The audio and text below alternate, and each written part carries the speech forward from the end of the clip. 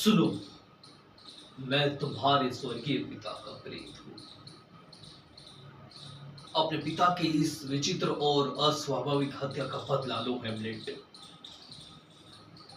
हेमलेट, तुम तो जानते ही हो कि मेरी मृत्यु के बारे में क्या कहानी गढ़ी गई है कि जब मैं अपने रात को शयनागार में अपने सो रहा था, तभी किसी सांप ने आकर मुझे काट लिया और इसी कारण मेरी मृत्यु हुई।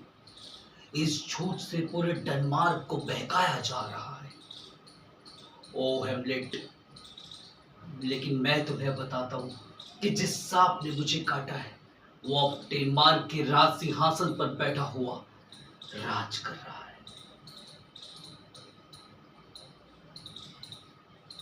उस दुष्ट ने अपनी धृष्टता और झूठे वाक्चातुर्य से मेरी रानी के हृदय को जीत लिया। वो रानी हेमलेट जो बाहर से इतनी पवित्र और सुशील लगती थी, उसकी जघन्य वासना की पूरी तरह दासी बन गई।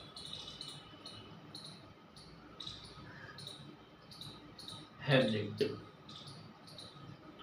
अपने पिता की इस विचित्र और इस तरह की हत्या का षड्यंत्र रचा गया है। उस षड्यंत्र का बदला लो।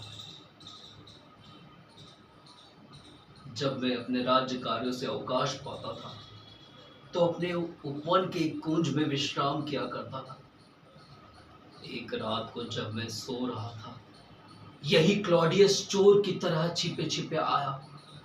उसके हाथ में जहर से भरी हुई एक शीशी थी, जिसमें से इसने मेरे कान में जहर उड़ेल दिया। इस कारण मेरी मृत्यु हुई।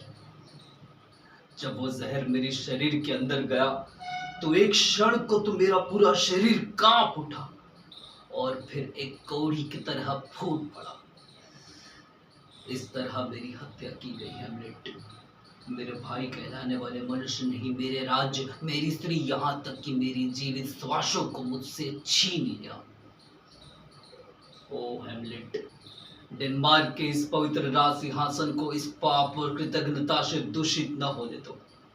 उससे पूरा पूरा बदला लो, लेकिन हाँ, अपनी माँ से किसी तरह की शत्रुता रखकर उस पर कभी अपना हाथ न उठाना। अच्छा, विदा। मेरी बात को भूल न जाना।